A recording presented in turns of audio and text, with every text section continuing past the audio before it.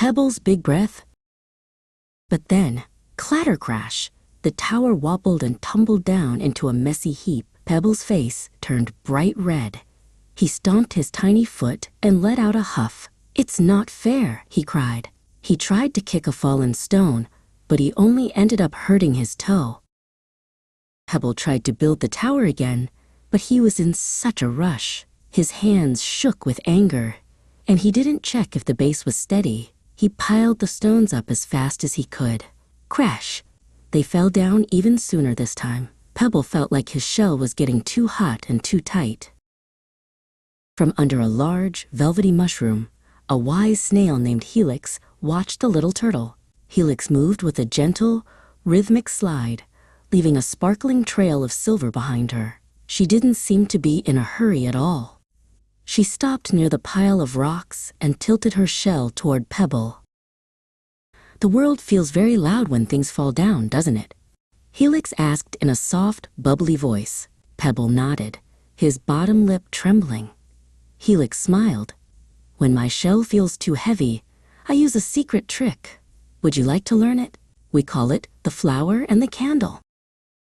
"First," Helix said, "pretend you are smelling a beautiful, sweet flower. Take a long, deep breath in through your nose." Pebble closed his eyes.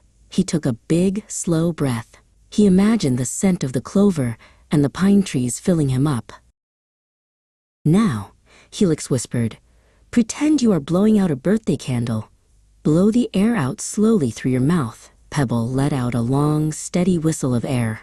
As he did, he felt the heat leave his face. His shell didn't feel tight anymore. He felt as light as a dandelion seed. Helix nodded at the pile of stones.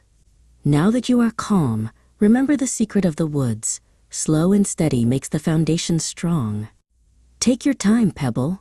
There is no race." Pebble looked at the stones. They didn't look like enemies anymore. They just looked like rocks. Pebble picked up the first stone. He felt its weight. He placed it down and made sure it didn't wiggle. He took another breath, in like a flower, out like a candle, and placed the second stone. He wasn't rushing. He was watching how the shapes fit together like a puzzle. One by one, the tower grew. It was taller and stronger than ever before. When the final stone was placed, Pebble didn't cheer loudly. He just sat back and smiled.